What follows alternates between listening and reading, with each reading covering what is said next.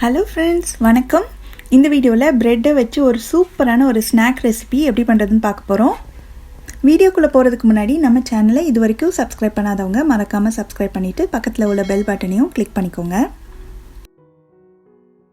நான் இது பண்ணுறதுக்கு 2 பெரிய ஸ்லைஸ் ப்ரெட்டை இந்த மாதிரி சின்ன சின்ன துண்டுகளாக பிச்சு போட்டிருக்கேன்.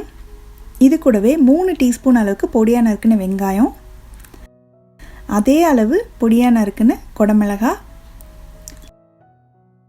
நல்ல பொடியாக நறுக்குன கேரட், இதுவும் 3 டீஸ்பூன் அளவுக்கு இருக்குது. இது கூட 1 டீஸ்பூன் அளவுக்கு இஞ்சி பூண்டு விழுது, அரை டீஸ்பூன் மிளகாய் தூள், 1 teaspoon tomato sauce, 2 table spoon அளவுக்கு சோள மாவு, கொஞ்சமாக பொடியாக நறுக்குன கொத்தமல்லி இலை, அப்புறம் கொஞ்சமாக மட்டும் உப்பு சேர்த்துக்கலாம். ப்ரெட்டில் ஏற்கனவே உப்பு இருக்கும், அதனால் உப்பு கொஞ்சம் குறைச்சி சேர்த்துக்கோங்க.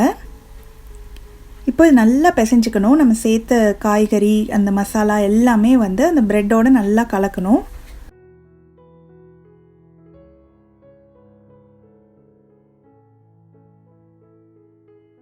இதெல்லாம் ஒன்றா சேர்ந்து வரணும். இந்த மாதிரி இந்த அளவுக்கு நம்ம பிசைஞ்சு வச்சுக்கணும். அடுத்து இதை கொஞ்சம் கொஞ்சமாக சின்ன சின்ன உருண்டைகளாக ஒரே மாதிரி நம்ம உருட்டி வச்சிடலாம்.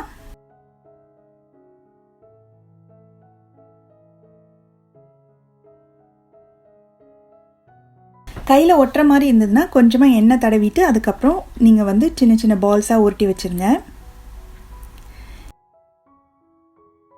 இப்போ எல்லாமே உருட்டி ரெடியாக இருக்குது. இதை பொரித்து எடுக்கணும். இதுக்கு தேவையான அளவு எண்ணெய் ஊற்றி சூடாயிடுச்சு. நம்ம உருட்டி வச்சுருக்கிற அந்த பால்ஸை ஒன்று ஒன்றா சேர்த்துட்டு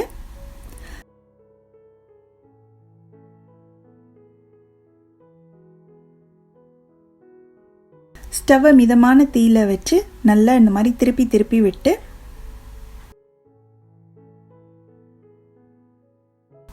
எல்லா பக்கமும் கோல்டன் ப்ரௌனாக மாதிரி நல்ல மொறு மொறுன்னு வர அளவுக்கு நம்ம இதை பொரிச்சு எடுக்கணும்.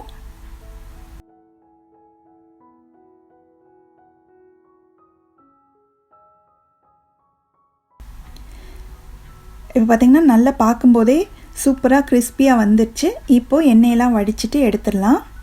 இதே மாதிரி மீதி உள்ள ப்ரெட் பால்ஸையும் நம்ம போட்டு பொரித்து எடுத்துடணும். அவ்வளோதான், ரொம்ப சுவையான ப்ரெட் பால்ஸ் ரெடி ஆயிடுச்சு. இது சூடாக டொமேட்டோ சாஸோடு சர்வ் பண்ணுறதுக்கு ரொம்ப ரொம்ப நல்லாயிருக்கும். இல்லை அப்படியேவும் சாப்பிட்லாம். நீங்களும் இந்த ரெசிபியை கண்டிப்பாக வீட்டில் ட்ரை பண்ணி பார்த்துட்டு எப்படி வந்ததுன்ற கமெண்ட்ஸை மறக்காமல் ஷேர் பண்ணுங்கள். தேங்க்ஸ் ஃபார் வாட்சிங்.